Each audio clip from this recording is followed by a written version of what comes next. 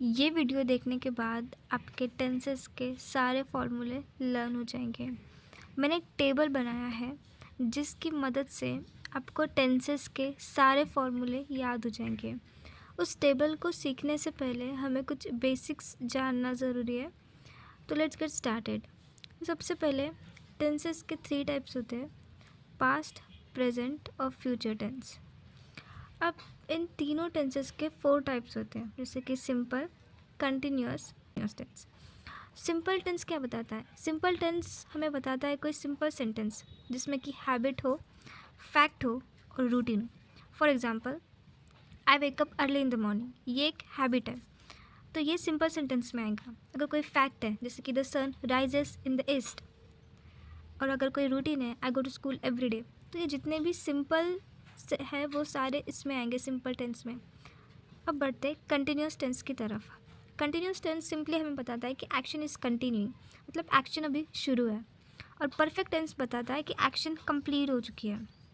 Continuous बताता है कि एक्शन अभी शुरू है और परफेक्ट बताता है कि एक्शन कंप्लीट हो चुके हैं। तो परफेक्ट कंटिन्यूस हमें ये बताता है कि एक्शन कब से शुरू है, how long has the action been happening. For example, मैं कुछ देर से आपको पढ़ा रही हूँ, तो ये एक परफेक्ट कंटिन्यूस टेंस का एग्जाम्पल है कि कुछ देर से मैं आपको पढ़ा रही हूँ, मतलब एक्शन पास्ट में स्टार्ट हुई थी कुछ देर से और स्टिल अभी भी कंटिन्यूइंग है। Now let's understand verbs forms. Verbs के 4 फॉर्म्स हैं, V1, V2, V3 and V4। ये टेंसेस में बहुत इंपॉर्टेंट है। तो इसके कुछ एग्जांपल्स मैंने लिखे हैं, जैसे कि go, went, gone, going, write, rode, written, writing and walk, walked, walked, walking. अभी हम पढ़ने वाले हैं उस टेबल के बारे में जो टेबल मैंने आपको स्टार्टिंग में बताया था। इस टेबल की मदद से आपके सारे फॉर्मूलेज अच्छे से लर्न हो जाएंगे। तो यहाँ पे 3 टेंस लिखे हैं मैंने, प्रेजेंट टेंस, पास्ट टेंस और फ्यूचर टेंस। सबसे पहला टेंस आता है सिंपल टेंस, जिसे इनडिफाइनर टेंस भी कहा जाता है। इसे इनडिफाइनर टेंस इसलिए भी कहा जाता है क्योंकि इस टेंस में हमें टाइम पता नहीं रहता। जैसे कि बाकी के टेंस में continuous tense, perfect tense, perfect continuous tense में पता होता है कि अभी एक्शन शुरू है या एक्शन कंप्लीट हो चुकी है या एक्शन होने वाली है। बट इस टेंस में हमें एक्शन के बारे में कुछ पता ही नहीं रहता, इसलिए इसे इनडिफाइनर टेंस भी कहते हैं। तो इस टेंस का फॉर्मूला है सब्जेक्ट प्लस V1 प्लस, कभी एस और ES भी हम लगाते हैं वर्ब के फॉर्म में, प्लस ऑब्जेक्ट। फॉर एग्जाम्पल, ये एक सेंटेंस है, आई राइट अ स्टोरी। इस सेंटेंस में सब्जेक्ट है आई, वर्ब V1 है, वर्ब का फर्स्ट फॉर्म राइट, एंड जो रिमेनिंग है वो ऑब्जेक्ट है अ स्टोरी। अब ये जो फॉर्मूला है subject plus V1 plus object, यहाँ पे एस और ES लगता है। ये एस और ES हमेशा सिंगुलर पर्सन को ही रखता है, जैसे कि ही, शी, इट। वो मैं आपको आगे अच्छे से एक्सप्लेन करूँगी। तो ये जो फॉर्मूला है subject plus V1 plus object, ये बहुत ईजी है। जैसे कि प्रेजेंट टेंस में ये फॉर्मूला है, फ्यूचर टेंस में भी फॉर्मूला है सब्जेक्ट प्लस। तो इसको सिंपली याद कैसे रखना है वो मैं आपको बताऊँगी। यहाँ पे जो फॉर्मूला है subject plus V1 plus object, अब इसको लर्न कैसे करना है? तो सिंपली एक चीज़ आपको लर्न करनी पड़ेगी, वही फॉर्मूला है subject plus V1 plus object, simple formula. अब इसके ही जैसा सेम फ्यूचर टेंस में भी है, subject plus V1 plus object as same as present tense. But अगर कोई चीज़ फ्यूचर में है, अगर कोई फॉर्मूला फ्यूचर में है, तो वहाँ पे एक बात कंफर्म है कि वहाँ पे शाल और विल कंपलसरी ही आपको लगाना ही पड़ेगा, क्योंकि वो चीज़ फ्यूचर के बारे में है। तो आपका फर्स्ट तो लर्न हो गया। मोस्ट ऑफ द टाइम पे प्रेजेंट और फ्यूचर के फॉर्मूले बहुत हद तक सेम ही है। तो ये फर्स्ट लर्न हो गया आपका subject plus V1 plus object, same subject plus V1 plus object. अगर फ्यूचर का सिंपल टेंस है तो आपको शैल और विल ऐड करना पड़ेगा। पास्ट टेंस में भी सेम ही है, बस एक ही डिफरेंस है कि यहाँ पे वर्ब का सेकेंड फॉर्म यूज़ होता है, राइट। इसलिए यहाँ पे रोट आता है। मैंने आपको वर्ब के फॉर्म एक्सप्लेन किए थे। तो यही है हमारा फर्स्ट टेंस, सिंपल टेंस, और आपको इसके फॉर्मूले याद हो चुके होंगे कि यहाँ पे subject plus V1 plus object, same यहाँ पे भी है, बस शैल विल ऐड किया गया है। और अगर पास्ट का सिंपल टेंस है तो यहाँ पे subject plus V2 plus object. अभी हम पढ़ेंगे कंटिन्यूस टेंस के बारे में। कंटिन्यूस टेंस को प्रोग्रेसिव टेंस भी कहा जाता है। तो ये है प्रेजेंट टेंस, ये है पास्ट टेंस और ये है फ्यूचर टेंस का कंटिन्यूस टेंस। तो इसका फॉर्मूला देखिए, बहुत सिंपल है, subject plus V4 plus object, right. और सेम यही भी आपको फ्यूचर में दिखेगा, subject plus V4 plus object. बस यहाँ पे फ्यूचर का है तो मैंने आपको एक बात बोली थी कि यहाँ पे शॉल और विल को आपको ऐड करना है, राइट। अब बारी आते हैं कि कंटिन्यूस टेंस है, इसीलिए यहाँ पे एमिजार का यूज़ किया गया है प्रेजेंट टेंस में, तो आपको एमिजार यूज़ करना है कंटिन्यूस टेंस में। अगर वही पास्ट टेंस का है तो आपको यहाँ पे वॉज वेयर यूज़ करना है, और अगर फ्यूचर टेंस का है तो आपको यहाँ पे बी यूज़ करना है। तो फॉर्मूला बहुत सिंपल है, subject plus before plus subject आपको तीनों भी टेंस में सेम मिलेंगे, subject plus before plus subject.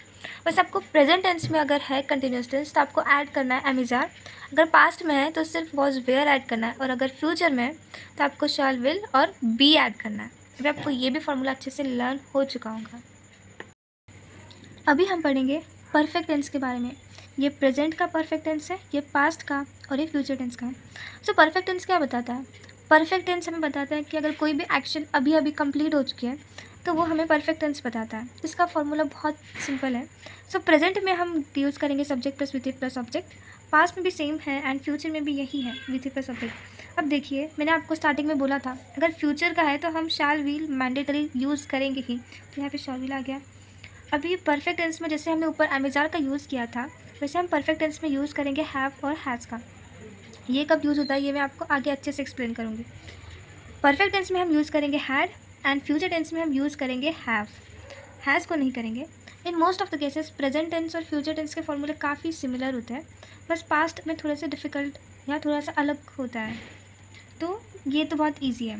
I have written a story, इसका मीनिंग क्या है? देखिए प्रेजेंट टेंस में अगर मैं बोलती हूँ ये sentence I have written a story, इसका मीनिंग है कि मैंने अभी अभी स्टोरी लिखी है।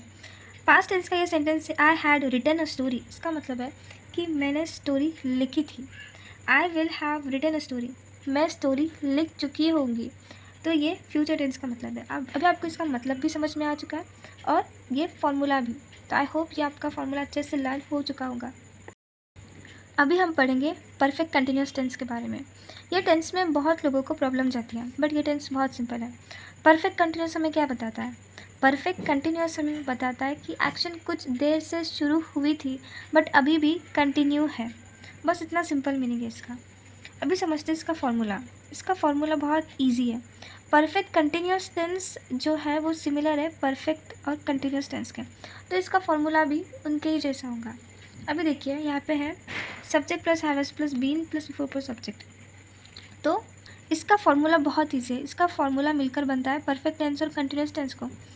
तो इसमें हम आधा परफेक्ट टेंस का फॉर्मूला लिखेंगे और आधा कंटिन्यूस का लिखेंगे।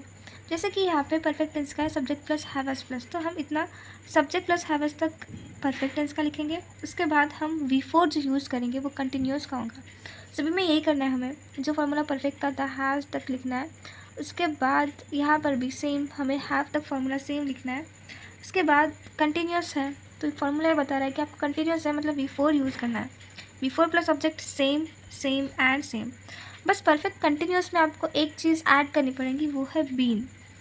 बीन कब ऐड करेंगे हम? हैव हैज़ हैड के बाद। तो फॉर्मूला हमारा क्या बना? Subject plus have has plus been plus before plus object. Same perfect जैसा है तीनों भी इसमें, बस हमें बिफोर जो है वो कंटिन्यूस का यूज़ करना है और बीन यूज़ करना है। अब सेंटेंस का मीनिंग भी बहुत सिमिलर है, जैसे कि I have been writing a story, मैं कुछ देर से स्टोरी लिख रही हूँ, अभी भी काम शुरू है। और परफेक्ट कंटिन्यूस जो पास्ट का, इसका भी मीनिंग यही है, I had been writing a story, मैं कुछ समय से एक कहानी लिख रही थी पास्ट के बारे में। अगर फ्यूचर का है तो मैं कुछ समय से एक कहानी लिख रही होंगी, राइट। तो आपको इसका मीनिंग समझ में आ चुका है, आपको फॉर्मूला भी अच्छे से समझ में आ चुका है। अभी हम देखेंगे एस और ई एस कब यूज़ करना होता है, जो कि हमारा सिंपल प्रेजेंट टेंस में था। तो ये हम यूज़ करते हैं सिंगुलर के सामने, जैसे कि ही शी इट। फॉर एग्जाम्पल यहाँ पे सेंटेंस है he plays football every day, यहाँ पे जो वर्ब है वहाँ पे हमने एस यूज़ किया क्योंकि यहाँ पे ही है singular, third person singular. Second example है she goes to school every day, यहाँ पे वर्ब गोज़ है तो हमने यहाँ पे ई एस यूज़ किया है क्योंकि यहाँ पे शी है, थर्ड पर्सन सिंगुलर। तो बस इतना सिंपल आपको ध्यान में रखना है। वीडियो को लाइक कीजिए एंड चैनल को सब्सक्राइब कीजिए।